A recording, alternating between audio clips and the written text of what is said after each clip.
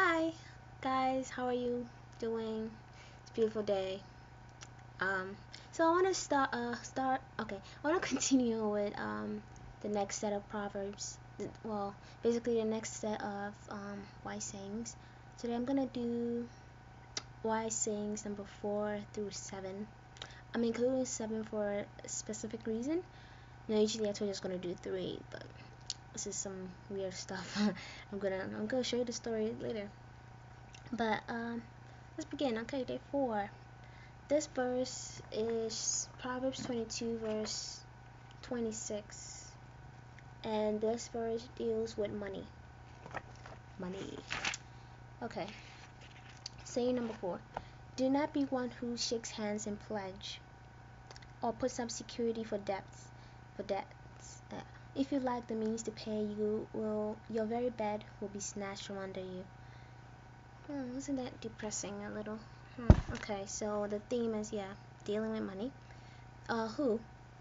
Those who are in charge, like, of their own money.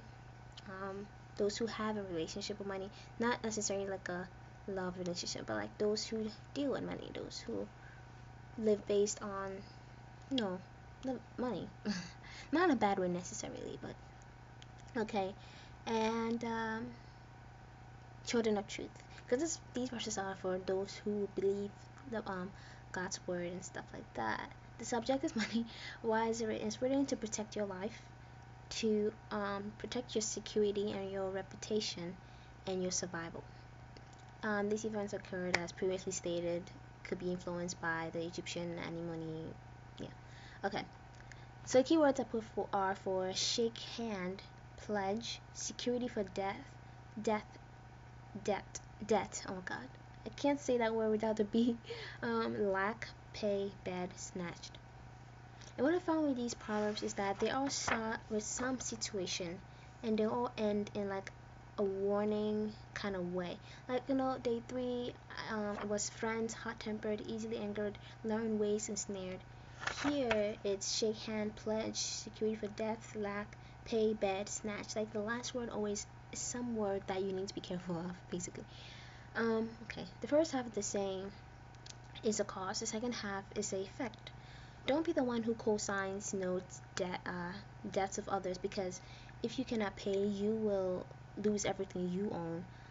Don't make a deal with insecure elements attached to you, or you may lose your investment. You can even be the one paying your friends a debt, losing your own money. And this is why you must always know a person and know their intentions before you get into anything.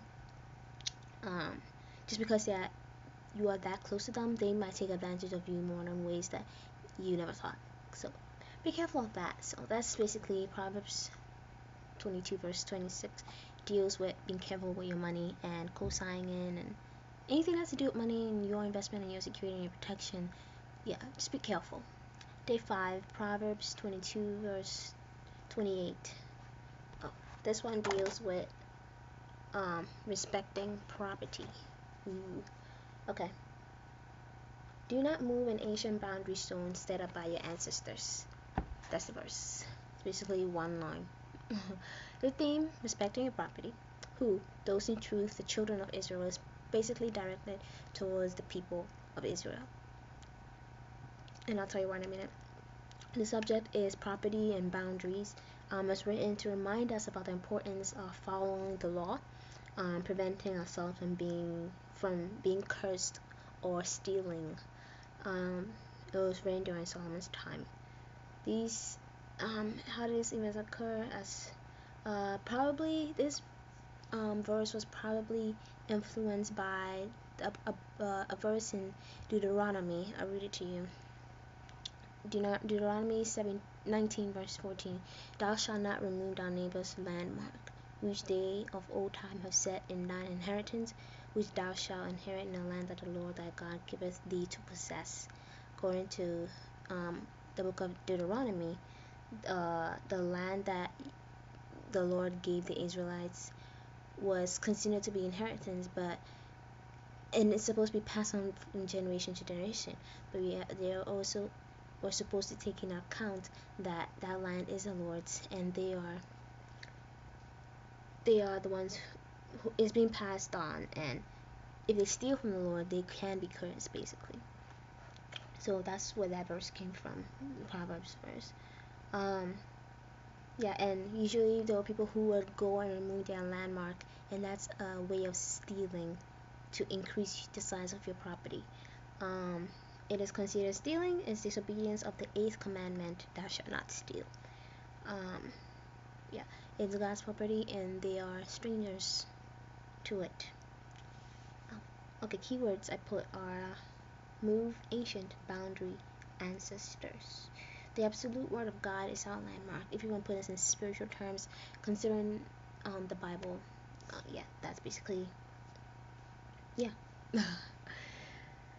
Okay, and we have, over time, Christians have removed that landmark, moving away from true doctrine to poor, diluted, adulterated versions, versions that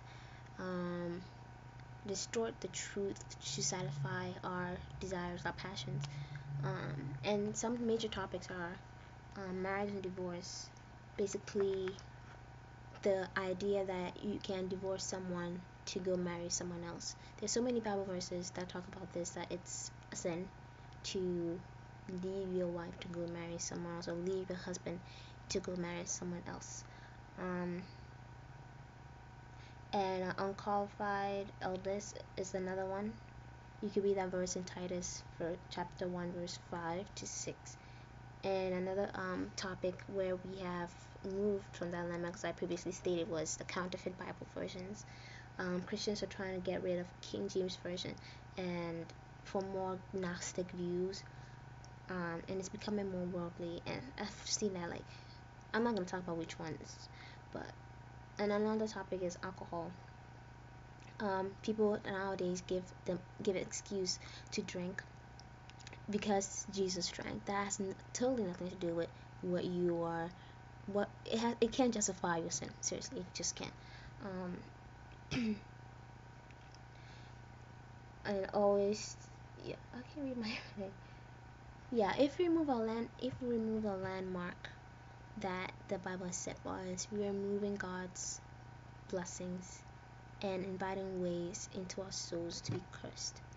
So that's day 5. That's the 5th wise saying. So the 4th wise saying was about money, and this one is about respecting your property and knowing your boundaries and sticking to your boundaries.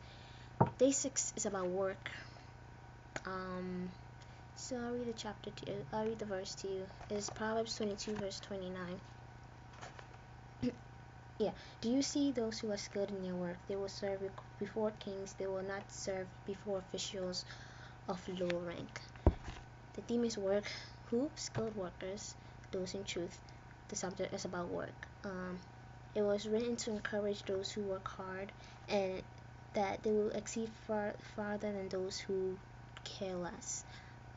Just written during Solomon's time. These events occurred, as previously stated, probably influenced by Egyptian stuff.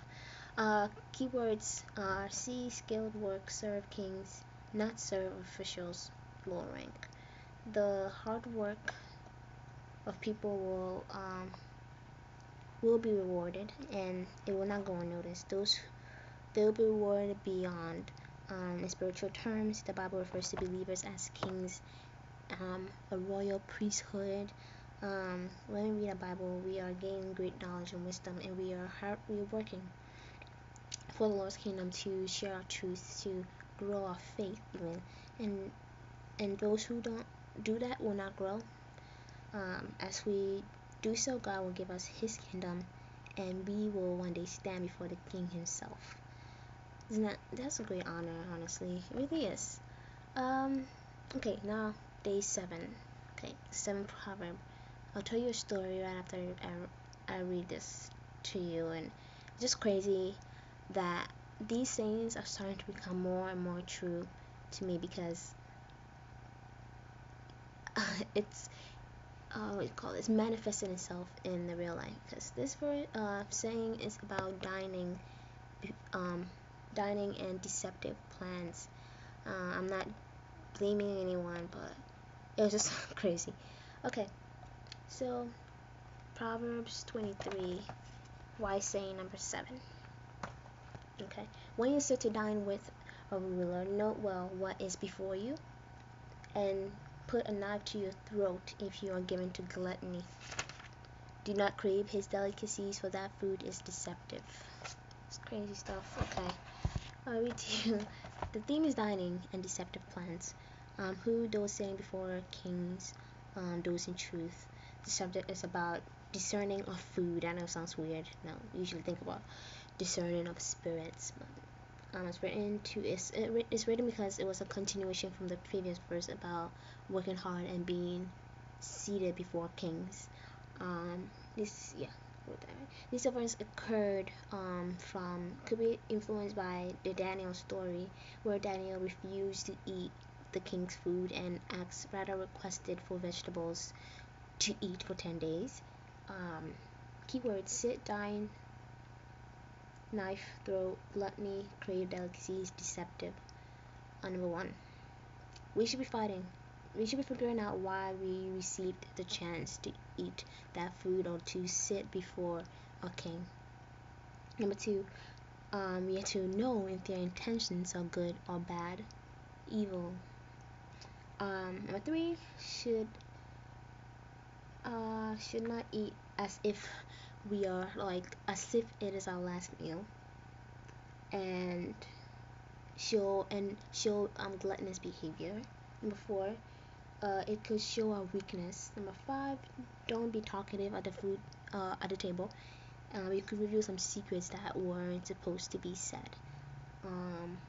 The food is deceptive because it has been prepared with a plan to try and steal a skill of the wise worker. Remember from the last verse, the wise worker was able to sit next to the king because he worked hard.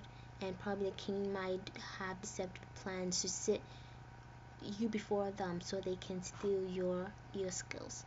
Find a way to know about you in a way that is evil. Okay? Yeah. We have to use wisdom, not to live by what we simply see. And that's what I stupidly did. Well, I can't really blame myself, but at the same time, okay, so I went to get food to eat, and as I was eating, I got mashed potatoes and some chicken at the cafe, and I was eating. I took in a bite of the potatoes. Usually, potatoes are soft and mushy and easy to eat. As I was chewing, I felt this hard thing crack my teeth, like, over there, and I was like, "Oh my gosh, what is that?" So I took it out. I thought my teeth had broken. It was that hard, and I took it out and I saw it was a piece of glass. Yeah, a piece of glass was in my food. So I was freaking out, and my friend told me to call public safety. It's like the school security or whatever, police, kind of, yeah. So I called them and I had to file an incident report, and they took a picture, and now they're going back to that place to figure out how that all happened, and just for the protection of other people, I called them, because there could be more piece of glass, and like, how did glass get in food? So after this all happened, I remembered the verse I had read today, the wise saying number 7 about deceptive plans, food. It's like, oh my gosh, could this be really a coincidence? Like, how did this happen? Like, why wasn't I so like discerning on why wasn't I forgot to pray. Oh my gosh, it was just a whole jumbled mess, and I had to throw my food away. I had to get another meal, and after that, when I got the meal, I prayed. I pray all the time, but like sometimes I forget. Like now, cause I knew the food was good. I always get that food. I always go there. I'm so scared to like go anywhere else, and I got that food and I ate it. And I was eating. I was trapped, and my teeth hurt, and it was painful, and I got a headache, and it was just a terrible day. It was a good day until that happened. So it reminded me of these problems. So I guess God is trying to tell us all, me and myself, that these verses I'm reading are just not for Bible study, but they're actually real. They're actually truth. I'm not saying they weren't truth before, but it's something that I should personally take seriously. Maybe these verses I'm saying to you, these topics, they have something to do with your life too. I'll read you the first 7 topics that I've just basically done over the past 2 videos. The first one was about keeping the truth in your heart. But the second one was about not exploiting the poor. The third one was about making the right friends. The fourth one was about dealing with money. The fifth one was about respecting your property. The sixth one was about working hard. The seventh one was about watching what you eat, or watching the food that people give you. So basically that's what I learned. I hope these Bible verses are blessing you in an extreme way. I hope you really like them. Comment below, tell me your comments and your opinions about them, and see you guys later.